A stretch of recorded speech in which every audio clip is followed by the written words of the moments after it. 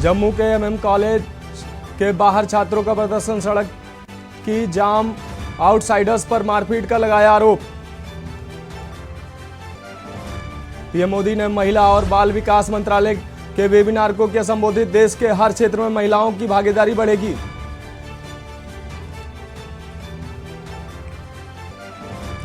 Telangana CM की बेटी की दिल्ली में भूख हड़ताल, बजट सत्र में महिला आरक्षण बिल लाने की मांग, 18 विपक्षी दलों के साथ होने का दावा। आप नेता मनीष सिसोदिया की मुश्किलें बढ़ी, सीबीआई के बाद ईडी की रिमांड पर सिसोदिया, 17 मार्च तक ईडी की कस्टडी में रहेंगे सिसोदिया। कर्नाटक में बीजेपी को बड़ा झटका, 4 बार के एमएलसी ने पार्टी छोड़ने के बाद कांग्रेस ज्वाइन की।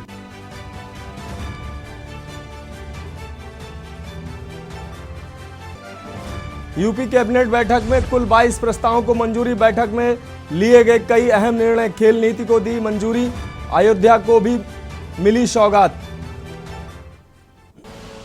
आप देख रहे हैं के न्यूज, खबरों का सारथी। नमस्कार, मैं हूं आपके साथ मनोज गौड़ मानस। आप देख रहे हैं फाइनल बुलेटिन। खबरों में आगे बढ़ेंगे उससे पहले दिल्ली से बड़ी खबर आ रही है, बीजेपी का आप के खिलाफ प्रदर्शन, सीएम केजरीवाल के इस्तीफे की मांग।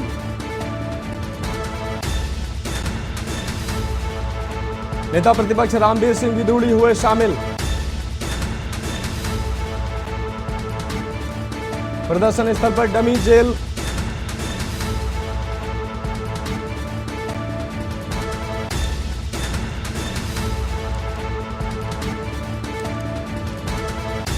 सीएम केजरीवाल के इस्तीफे की मांग। बीजेपी कार्यकर्ताओं ने लगातार प्रदर्शन करते हुए सीएम केजरीवाल के इस्तीफे की मांग की है।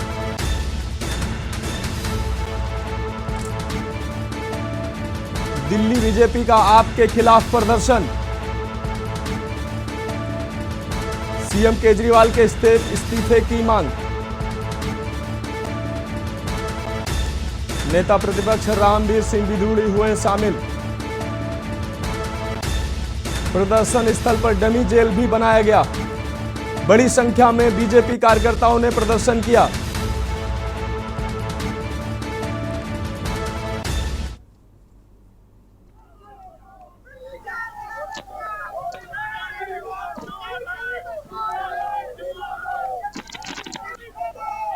तस्वीरें आप देख सकते हैं, बीजेपी का जोरदार प्रदर्शन आम आदमी पार्टी के खिलाफ। लगातार बीजेपी कार्यकर्ताओं ने प्रदर्शन के साथ ही सीएम केजरीवाल के इस्तीफे की मांग की। कोई न चढ़े, ना ही धक्का मुक्की करे। खबर दिल्ली से है। बीआरएस नेता कविता महिला आरक्षण बिल को पास करने की मांग को लेकर दिल्ली में आज भूख हड़ताल पर रही। कविता तेलंगाना के सीएम केसीआर की बेटी हैं। इस मुद्दे पर कविता को 18 विपक्षी दलों ने समर्थन दिया है। महिला आरक्षण बिल को लेकर जंतर मंतर पर कविता के विरोध प्रदर्शन जारी है। कविता ने बताया कि करीब 500 से 600 सदस्य भूख हड़ताल पर बैठेंगे, लेकिन इसमें शामिल होने वाले लोगों की संख्या इससे अधिक होगी। उन्होंने बताया कि 6000 से अधिक लोगों और 18 राजनीतिक दलों ने इसमें शामिल होने की हामी भरी है।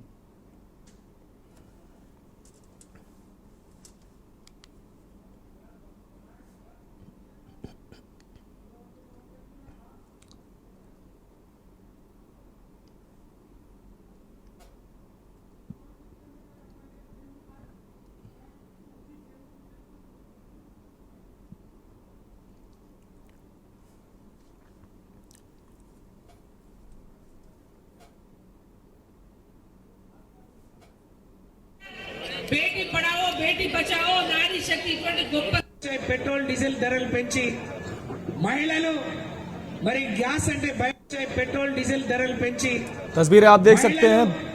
మరి గ్యాస్ అంటే बीआरएस में तक के कविता ने महिला आरक्षण की मांग को लेकर धरना प्रदर्शन पे बैठे।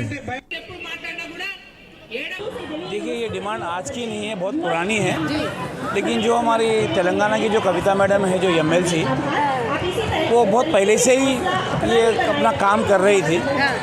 अभी जो मोदी सरकार के जो कारनामे चल रहे हैं, जैसा भी जो भी आप देख रहे हैं अभी देश में हो रहा है, कि जो भी इनके अगेंस्ट बोलेगा उसके बारे में ये गलत करेंगे, डराएंगे, धमकाएंगे, जेल भी जाएंगे। तो ये हमारे तेलंगाना का परंपरा क्या है, हम लोग ईमानदार हैं, हमारे मुख्यमंत्री ईमानदार है, हमारी पूरी गवर्नमेंट ईमानदार है, तो हम लोग इससे डरने वाले नहीं हैं। कविता जी का नाम जो है मनी लॉन्ड्रिंग में जो है लगातार आ रहा है, ईडी जो है पूछताछ भी कर रही है और आगे भी अभी पूछताछ हो रही है। क्या लगता है कि कोई शक था उसी की वजह से जो पूछताछ हो रही है? देखिए मैडम, मैं एक बात बोलना चाहता हूँ, अगर वो लॉन्ड्रिंग केस में है तो अरेस्ट क्यों नहीं कर रहे? कि खेल क्यों खेला जा रहा है चूहे बिल्ली का? अरेस्ट कर लीजिए ना। मनीष सिसोदिया को जी किए, क्या हुआ? वो भी क्या बोल रहे कि वो है ही नहीं, वो केस है नहीं वो भी। तो लेकिन आरोप लगाना, इनको क्या डराना, धमकाना, इनके अगेंस्ट में कोई कुछ नहीं बोलना। पानी देने का कोई काम नहीं है पूरे भारत देश में। पानी हम जैसे तेलंगाना में आपको 24 घंटे की बिजली फ्री है, पानी फ्री है। हम वही मोदी जी से पूछे थे हमारे मुख्यमंत्री कि मोदी सरकार आप भी जो मैं काम कर रहा हूँ आप भी कर सकते हैं, लेकिन वो सुने नहीं, क्योंकि इनको मालूम है हम भारत में ये दे नहीं सकते। कि ये लड़ाई बहुत लंबे सालों से चल रही है और जब तक महिला आरक्षण 33% महिलाओं को नहीं मिल जाएगा तब तक ये लड़ाई चलेगी। आज एक दिवसीय धरना है, भूख हड़ताल है और यहाँ पर कविता जी के समर्थन में हम लोग आए हैं। समाजवादी पार्टी 33% महिलाओं के आरक्षण का समर्थन करती है और हम चाहते हैं कि आने वाले सदन की कार्रवाई में इस बिल को प्रस्तुत किया जाए और प्रस्तुत करने के साथ इसको पास भी किया जाए। कितनी पार्टियाँ अभी यहाँ पे जो सभी पार्टियाँ कितनी पार्टियाँ हैं जो यहाँ पे आके अभी इस टाइम मौजूद हैं?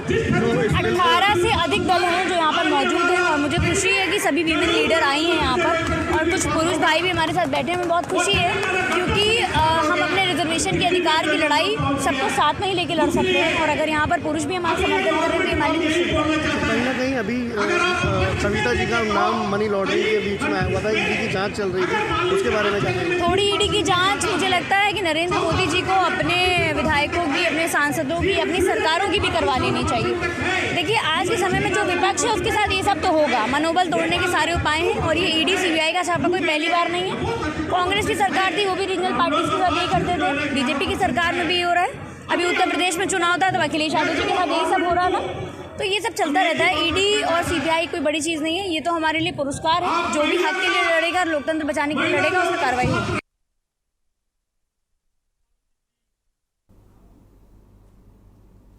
खबरों में आगे बढ़ते हैं। मुख्यमंत्री पुष्कर सिंह धामी ने नई दिल्ली में केंद्रीय ऊर्जा मंत्री आर.के. सिंह से भेंट कर मार्च माह 2023 के लिए उत्तराखंड राज्य को केंद्रीय पूल से 300 मेगावाट अतिरिक्त विद्युत प्रदान किए जाने पर धन्यवाद दिया। मुख्यमंत्री ने कहा कि पर्यावरणीय कारणों से राज्य में निर्माणाधीन जल विद्युत परियोजनाओं के निर्माण में विलंब अथवा इनके माननीय न्यायालयों में विचाराधीन होने के फलस्वरूप विद्युत मांग का सापेक्ष विद्युत उपलब्धता में कमी है। इसके अतिरिक्त प्रदेश में वेस्ट लोड हेतु तापीय विद्युत ग्रह का उपलब्ध न होने, बीती शीत ऋतु में कम वर्षा एवं बर्फबारी के फलस्वरूप, अभी से ही नदियों में कम जलस्तर के फलस्वरूप प्रदेश के जल विद्युत उत्पादन में कमी परिलक्षित होने के कारण उत्तराखंड राज्य की विद्युत मांग एवं उपलब्धता में वर्ष 2023 और 24 में औसतन 400 मेगावाट का अंतर अनुमानित है।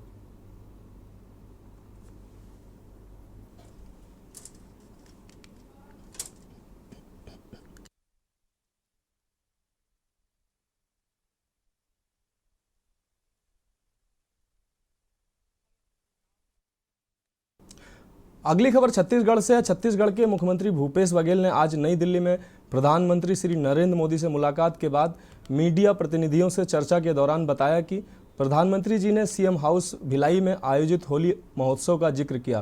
प्रधानमंत्री ने कहा कि हमने होली पर फाग गाते हुए आपको देखा, आप साथियों के साथ होली का त्यौहार मना रहे थे। प्रधानमंत्री मोदी ने मुलाकात के दौरान होली की बधाई भी दी। गौरतलब है कि मुख्यमंत्री श्री बघेल ने होली पर अपने भिलाई निवास में साथियों के साथ रंग गुलाल खेला और ढोल नगाड़ों के साथ फाग गीत भी खूब गाए थे। इस आयोजन का वीडियो प्रधानमंत्री ने भी देखा और इसका जिक्र मुख्यमंत्री से मुलाकात के दौरान भी किया।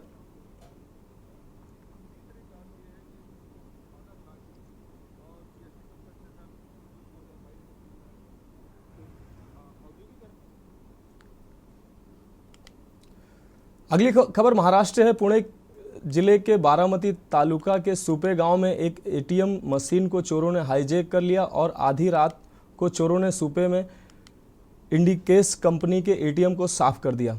जानकारी के मुताबिक एटीएम में 7,14,000 रुपए थे। चोरों ने बोलेरो कार का इस्तेमाल चोरी के लिए किया। उसी के आधार पर वडगांव निम्बालकर पुलिस कार का पता लगाने में जुट गई है। इलाके में एटीएम मशीन का एक हिस्सा मिला है। पुलिस आगे की जांच कर रही है। 1:24 मुझे टाइमिंग 1:30 कर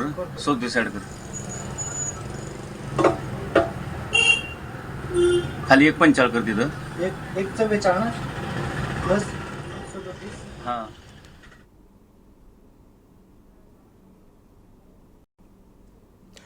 अगली खबर झारखंड से। मुख्यमंत्री हेमंत सोरेन आज भारतीय पुलिस सेवा के प्रशिक्षु पदाधिकारियों से शिष्टाचार भेंट की। इन प्रशिक्षु पदाधिकारियों में कुमार शिवाशीष 2020 बैच और 2021 बैच के राकेश सिंह, पारस राणा तथा ऋत्विक श्रीवास्तव शामिल थे। उन्होंने मुख्यमंत्री को परिचय देने के साथ ही प्रशिक्षण के अनुभवों को साझा किया। मुख्यमंत्री ने इन सभी को उज्जवल भविष्य की शुभकामनाएं दी। मुख्यमंत्री ने उम्मीद जताते हुए कहा कि प्रशिक्षण के उपरांत आप सभी एक बेहतर पुलिस पदाधिकारी के रूप में अपने दायित्वों की पूर्ति ईमानदारी और निष्ठा से निर्वहन करेंगे। इस अवसर पर मुख्य सचिव सुखदेव सिंह, मुख्यमंत्री के सचिव विनय कुमार चौबे और पुलिस महानिरीक्षक प्रशिक्षण श्रीमती प्रिया दुबे मौजूद थी। Sir BTech mechanical engineering IIT BHU यहाँ उसकी जरूरत है सर। अगली खबर राजस्थान से है। राजस्थान आयुष चिकित्सा अधिकारी महासंघ द्वारा कैंडल मार्च निकाला गया, जिसमें 2000 आयुष चिकित्सकों ने भाग लिया। राजस्थान आयुष चिकित्सा अधिकारी महासंघ द्वारा आयुष चिकित्सा अधिकारियों की मांगे, वेतन विसंगति दूर करने, NPA और DSP का लाभ दिए जाने की मांग को लेकर कैंडल मार्च और राजस्थान सरकार का ध्यान आकर्षण के लिए राज्य के समस्त जिलों में किया जा रहा है।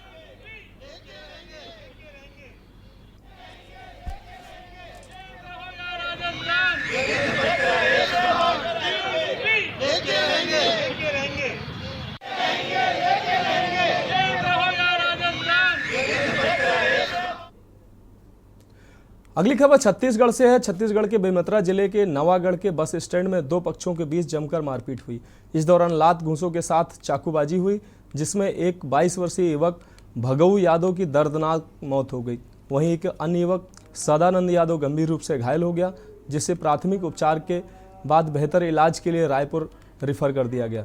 वहीं जैसे ही घटना की जानकारी पुलिस को मिली तो मौके पर पहुंचकर पुलिस ने जांच शुरू कर दिया। मामले में संदिग्धों की पहचान कर हिरासत में लेकर कार्रवाई की जा रही है। नवागढ़ थाना के शहर के बीचों बीच बस स्टैंड में हुई इस हत्या के बाद से शहर में सनसनी फैल गई। वहीं पुलिस और संदिग्धों की पहचान कर हिरासत में लेकर कार्रवाई करने की बात कह रही है। बस स्टैंड में करीब रात तकरीबन 10:30 बजे दो पक्षों के बीच किसी बात को लेकर विवाद हो गया। कहासुनी इनके बीच शाम से जारी थी। तो जब दो पक्ष आमने सामने हुए, उसमें से एक पक्ष के कुछ लड़के जो कि चाकू कर रखे हुए थे, दूसरे पक्ष के एक व्यक्ति भगवराम यादव पे एक हमला कर दिया जानलेवा, जिससे मौके पे उसकी मौत हो गई। इसके अलावा उसके साथ एक और जो साथी था उसको भी काफ़ी गंभीर चोट आया है, जो रिफर किया गया है। और इसमें पुलिस जो है ना तत्काल घटनास्थल पहुंचकर संदेह के आधार पर कुछ लोगों को अभी पूछताछ कर रही है इसमें, और जल्द ही इसमें मामला को सुलझा लिया जाएगा।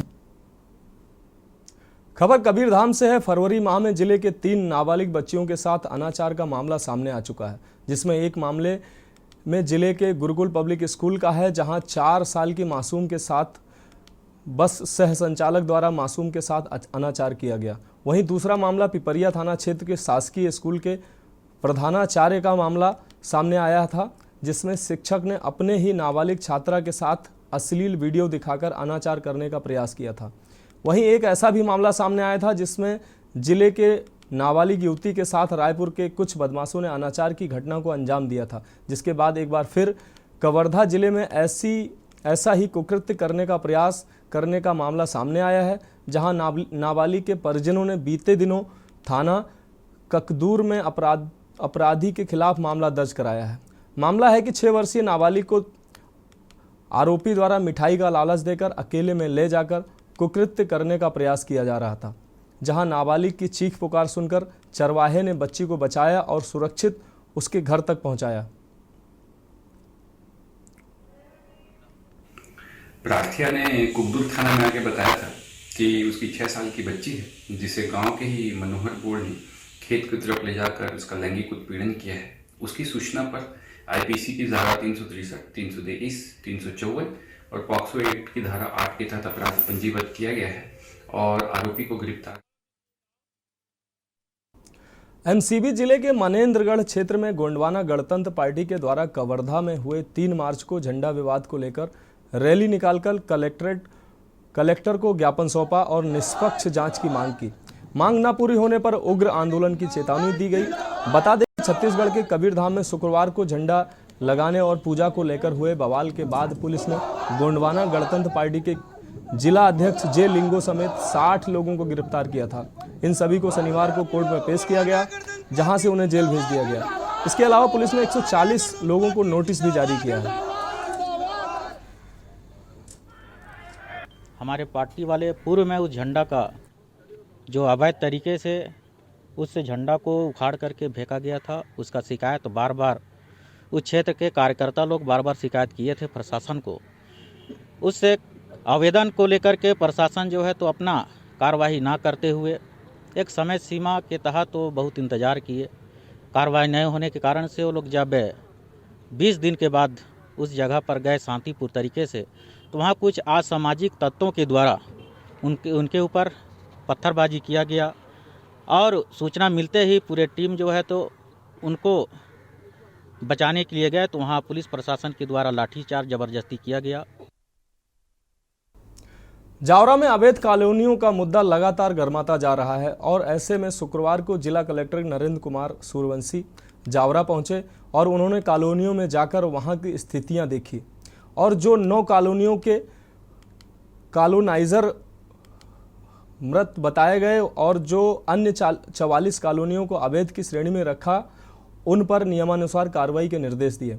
कलेक्टर नरेंद्र सूर्यवंशी जावरा, एसडीएम हिमांशु प्रजापति, तहसीलदार लीना जैन, नगर पालिका सीएमओ दुर्गा बामनिया सहित प्रशासनिक अमले को लेकर अवैध कॉलोनियों में पहुंचे। पिपलौदा रोड क्षेत्र की कॉलोनियों में जाकर नक्शे व अन्य दस्तावेज देखे। छानबीन के बाद कलेक्टर सूर्यवंशी ने बताया, जावरा में कुल 99 कॉलोनियों को अवैध की श्रेणी में रखा गया है, जिसमें से 8 के संबंध में कार्रवाई की जा चुकी है तथा 8 कॉलोनियों में कोलोनाइजर मृत हो चुके हैं, इसलिए उन पर कोई कार्रवाई नहीं की जा सकती। बाकी 44 कॉलोनियों के संबंध में संबंधित पुलिस थानों में अभियोजन प्रस्तुत किया है। जो जावरा आने का जो उद्देश्य है वो यहाँ की अवैध कॉलोनियों को लेके है। कुल यहाँ जो एक प्राप्त जानकारी उसके अनुसार लगभग 99 अवैध कॉलोनी है, जिसमें से 7-8 पे कार्रवाई हो चुकी है। 7-8 जो व्यक्ति हैं वो शायद फोत हो गए हैं, तो उनके विरुद्ध कार्रवाई करने का प्रश्न नहीं उठता है। बाकी जो 44 कॉलोनी थी उसके विरुद्ध हम लोगों ने अभ्यावेदन प्रस्तुत किए हैं संबंधित थाना में। 35 कॉलोनी जो अविकसित है, जिन्होंने अनुमति ली थी लेकिन उसमें विभिन्न अनियमितताएं की और आज तक उनको पूर्णता प्रमाण पत्र नहीं मिले, तो ऐसे कॉलोनी राजा के विरुद्ध भी हम सख्त कार्रवाई करेंगे। और जो अवैध कॉलोनी जबलपुर लोकायुक्त पुलिस ने शुक्रवार को पटवारी बरेला की ममता मोटवानी को 12,000 रुपए की रिश्वत लेते हुए रंगे हाथों गिरफ्तार कर लिया। बताया जा रहा है कि राजेंद्र प्रसाद की शिकायत पर लोकायुक्त पुलिस ने यह कार्रवाई की है। सह आरोपी रिटायर कोटवार प्रकाश झारिया को बनाया गया। आरोपी पटवारी कृषि भूमि का सीमांकन कराने के लिए रुपए मांग रही थी।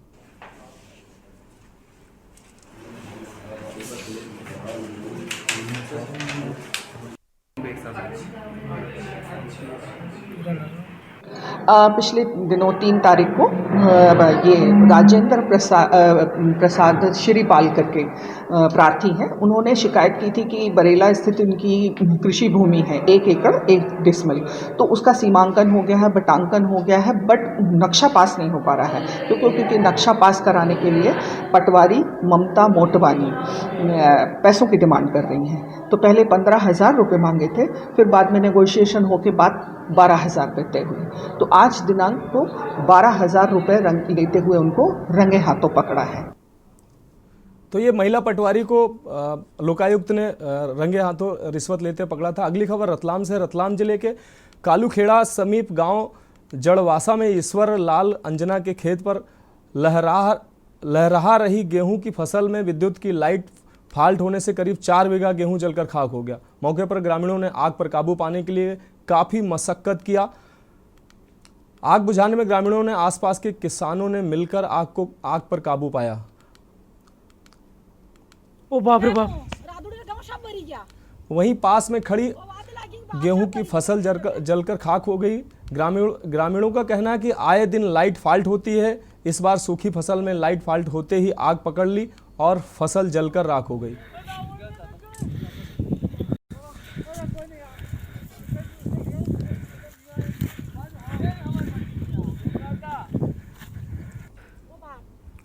ओ बाप रे बाप।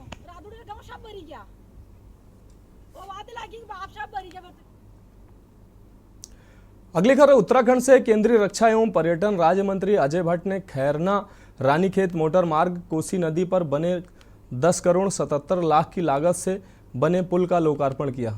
अजय भट्ट ने कहा कि इस महत्वपूर्ण ब्रिज के बनने से उत्तराखंड के लोगों के साथ ही पर्यटकों को भी इसका लाभ मिलेगा। उन्होंने कहा कि खैरना के समीप कोसी नदी पर बना पुल सामरिक और सुरक्षा की दृष्टि से भी महत्वपूर्ण है, जो कि नैनीताल जिले के रानीखेत होते हुए चारधाम बद्रीधाम को जोड़ता है। उन्होंने कहा कि 1837 में बना पुल काफ़ी जर्जर हो चुका था, जिसे देखते हुए नया पुल बनाने के लिए राज्य सरकार प्रयासरत थी। केंद्रीय मंत्री अजय भट्ट ने कहा कि पुल निर्माण होने से पर्यटन व्यवसाय को भी गति मिलेगी। 100 साल से ज़्यादा बगल वाले पुल को हो गए थे। हमने इसको सदन में भी उठाया था पहले, और इसके बाद हमारी सरकार ने बहुत जल्दी इसमें धन स्वीकृति करी। मैं माननीय मुख्यमंत्री जी का और माननीय प्रधानमंत्री जी का विशेषकर आभारी हूं कि उन्होंने यहाँ की जो परेशानी थी उसको समझा और जल्दी से जल्दी इसकी स्वीकृति दी। थोड़ा इसके उद्घाटन करने में, जनता को समर्पित करने में विलंब हुआ है, क्योंकि इसका एक ट्रायल होता है। जब कभी भी NHAI कोई सड़क बनाती, पुल बनाते हैं हम लोग, या फिर PWD बनाई, तो उसका एक ट्रायल लेते हैं। तो इस ट्रायल में कितना वेट इसके ऊपर जा सकता, कितने क्विंटल तक ट्रक सामान ले जा सकते हैं, इसका ट्रायल होता है। उसमें भी सफल पाया गया। खबर रुड़की से है, जहां शेखपुर निवासी 26 वर्षीय युवक रजत पुत्र शीशपाल अपने दोस्तों के साथ होली मनाने के लिए घर से निकला था, लेकिन वह घर वापस नहीं लौट पाया। वहीं उसके दोस्तों ने परिजनों को उसके गंग नहर में गिरकर लापता होने की सूचना दी। वहीं परिजनों ने रुड़की सिविल लाइन कोतवाली पहुंचकर उनके लापता पुत्र को तलाशने की गुहार पुलिस से लगाई। परिजनों का कहना है कि पुलिस के द्वारा अभी तक जिन दोस्तों के साथ वह घर से निकला था उन्हें बुलाकर पूछताछ तक नहीं की गई है और ना ही उनके बयान लिए गए हैं। परिजनों का आरोप है कि उनके पुत्र के दोस्त बार बार अलग अलग बातें बना रहे हैं। पुलिस के द्वारा भी अभी तक उनके लापता पुत्र को तलाश नहीं किया गया है और ना ही उनके दोस्तों को बुलाकर उनके बयान लिए गए हैं। ये रजत नाम का लड़का है। तो कल हमें सूचना मिली कि कम से कम 5 ये दोस्त अपना होली मनाने के लिए अपना घर से निकले और ये पांचों के पांचों लड़के सुलानी नदी के पुल पे जाके वहाँ पे बैठ गए।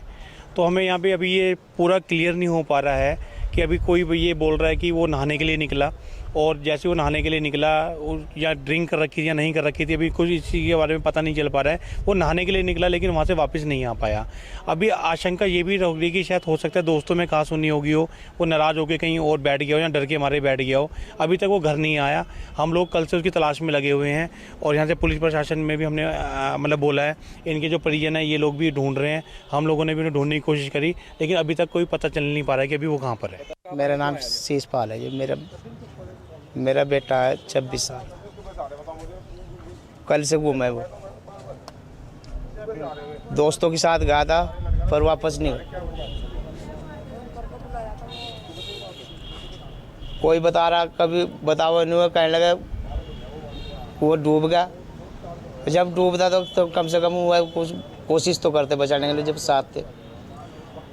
जब साथ ले गए थे तो कम से कम बचाने की कोशिश तो करते। अब बताओ मैं क्या करूँ। थाना आप लोग आए हैं, क्या चाहते हैं? हम तो ये चाहते हैं, हमें उनसे ये पूछना चाह रहे हैं हमारा लड़का है कहाँ। पुलिस कह रही है कि अभी छुट्टी चल रही है, अभी थोड़ा टाइम नहीं है। फाइनल बुलेटिन में आज के लिए इतना ही। मुझे दीजिए इजाज़त। नमस्कार।